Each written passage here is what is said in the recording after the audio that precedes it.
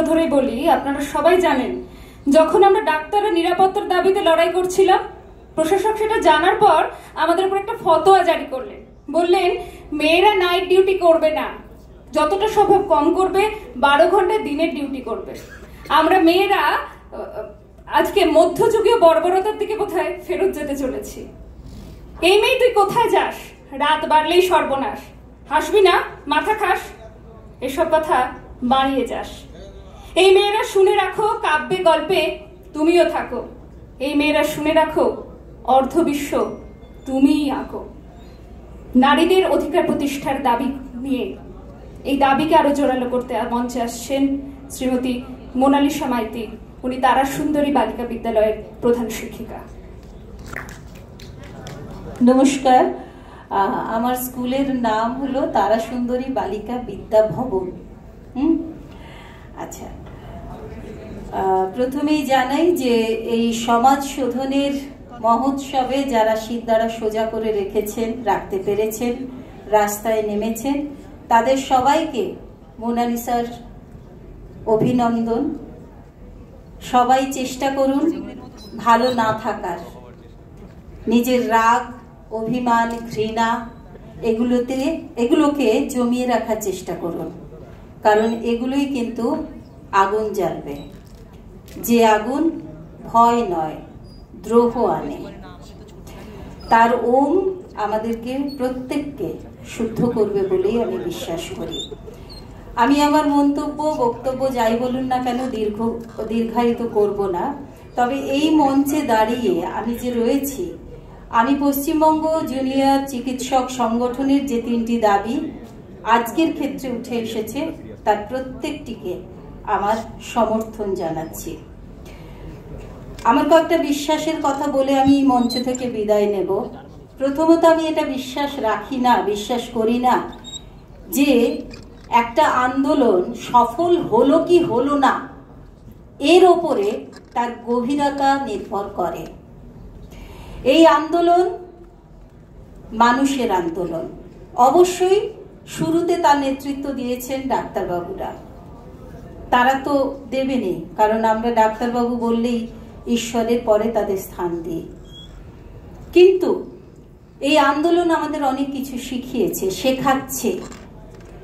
আমি দেখেছি এই আন্দোলনের ফল হিসেবে আমরা যখন কোনো মিছিলে হাঁটি, সমস্ত লজ্জা ভয়কে দূরে সরিয়ে দিয়ে আমরা গলা ছাড়ি, আমরা মেলাই গলা, শুধু পা মেলাই না, গলা মেলাই, এবং কোন এক অজানা কারণে, কোন এক অজানা বলে আমরা আমাদের হাতকেও উদ্যত করে আকাশের দিকে তা ছুড়ে দিই।